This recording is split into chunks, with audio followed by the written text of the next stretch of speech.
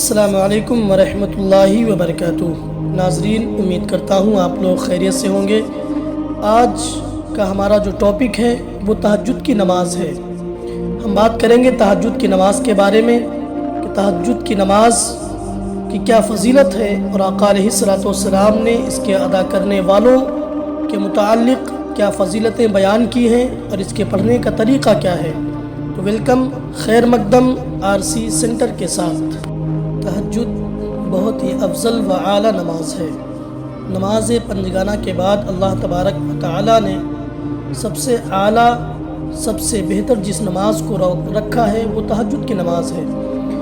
یہ ایک حقیقت ہے کہ رات کو آرام کی نیند چھوڑ کر بستروں سے الگ ہونا انسانی طبیعت پر کافی مشکل گزرتا ہے، لیکن بندہ جب اللہ کی محبت میں، اللہ تبارک و تعالی کی چاہت میں اپنے نرم گرم بستروں کو چھوڑ کر اللہ کی عبادت کے لیے یعنی نماز تہجد کے لیے اٹھتا ہے تو اللہ تبارک و تعالی اس بندے سے بہت خوش ہوتا ہے۔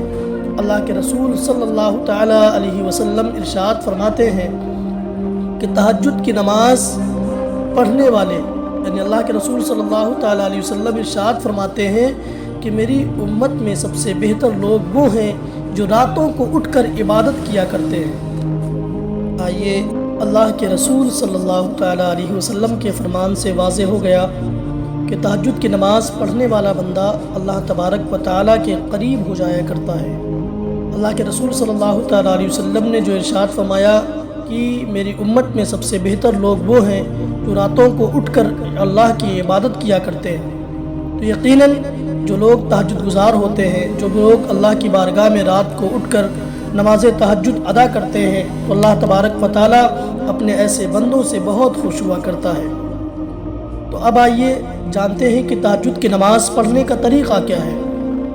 اللہ کے رسول صلی اللہ تعالی علیہ وسلم نے کس طریقے سے اور کتنی تہجد کی نمازیں ادا کی ہیں رکعات کے اعتبار سے۔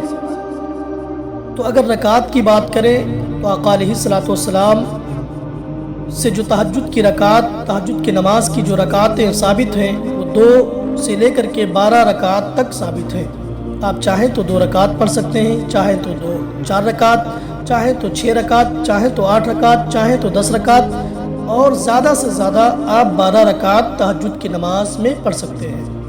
اللہ کے رسول صلی اللہ تعالی علیہ وسلم سے اسے زائد یعنی 12 رکعات سے زائد نماز تہجد کی جو ہے وہ ثابت نہیں ہے۔ اب اس نماز کو جو 12 رکعات یا 4 رکعات یا 2 رکعات آپ پڑھیں گے تو 2 کر کے ہی آپ کو پڑھنا ہے۔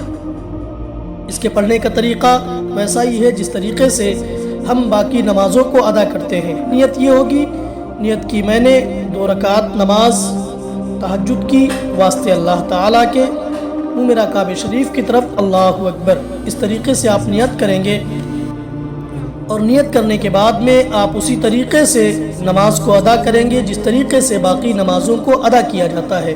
اس کے بعد میں اللہ کی بارگاہ میں رو رو کر، گڑ گڑا کر رب کی بارگاہ میں اپنے لیے، اپنے اہل و عیال کے لیے، اپنے رشتہ داروں کے لیے اور تمام تر عالم اسلام کے مسلمانوں کے لیے آپ دعا کریں۔ انشاءاللہ تبارک و تعالی جو لوگ اس طریقے سے نماز ادا کریں گے، اللہ تبارک و تعالی اللہ کے رسول صلی اللہ تعالی علیہ وسلم کے فرمان کے مطابق اللہ تبارک و تعالی ان لوگوں سے بڑا خوش ہوتا ہے۔ اس نماز کی بڑی فضیلتیں ہیں۔ اللہ کے رسول صلی اللہ تعالی علیہ وسلم کا ایک اور ارشاد ہے کہ تہجد کی نماز جو بندہ پڑھتا ہے بروز قیامت اس کا چہرہ الحمدللہ چاند سے بھی زیادہ روشن رہے گا۔ میرے پیارے بھائیوں، تہجد کی نماز کی بڑی فضیلتیں ہیں۔ آج ہمارے معاشرے میں کچھ افواہیں ہیں، میں ان کا بھی ازالہ کرنا چاہوں گا۔